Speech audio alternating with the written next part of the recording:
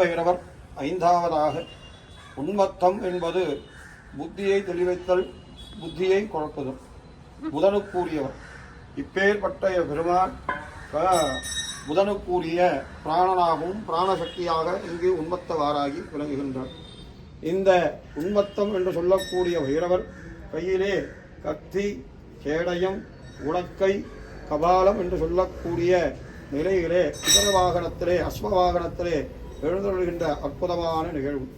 இந்த பைரவர் புதன் என்று சொல்லக்கூடிய புத கிரகத்தினுடைய பிராணநாதனாகவும் தேவி வாராகி பிராணசக்தியாக விளங்குகின்றது.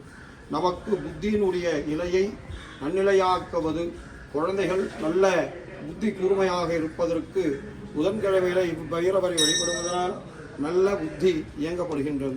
இப்பேற்பட்ட பைரவர் நம்மளுடைய மூளையை, புத்தியை தெளிவிக்கக்கூடியது. ஒருத்தருக்கு மூளைனாலே ஏற்படக்கூடிய தொந்தரவினால் மூளை சுவாதனங்கள் அப்பேற்பட்ட நிலையிலிருந்து விடுபடுவதற்கு உன்மத்த வாராகி உன்மத்த பைரவரை சேவித்தால் அவர்கள் புத்தி தெளிவடையும் என்பது சாஸ்திரம். அப்பேற்பட்ட நிலையை நமக்கு தரவல்லது. புத கிரகத்தினால் புத்தி கூர்மை. ஒரு மனிதனுடைய வாழ்க்கை மேன்மையடைவதற்கு புத்தி தான் முக்கியம். அந்த புத்தி தெளிவாக இருந்தால் அனைத்து காரியம் வெற்றி. அப்பேற்பட்ட காரியத்தை வெற்றி அடைவதற்கு நல்ல மூளை சிந்தனையோடு செயல்படுவதற்கு இந்த பைரவரை புதன்கிழமையிலே சேவிப்பதனால் குழந்தைகள் நல்ல புத்தியிலே நல்ல ஞானத்திலே நல்ல நிலை அடைவதற்கு இந்த பைரவர் நமக்கு துணையாகியிருப்பார்.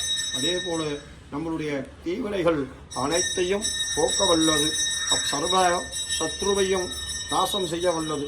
இப்பேற்பட்ட பைரவரை நாம் புதன்கிழமையிலே சேவிப்பதனால் நமக்கு அபரிவிதமான பலன்கள் நமக்கு கிடைக்கின்றது. நமக்கு ஏற்படக்கூடிய அனைத்து விதமான இன்னல்களும் போக்க வல்லது. இந்த பைரவர் உன்மத்த வாராகி சகிதனாக உன்மத்த பைரவர் ஐந்தாவது பைரவர்.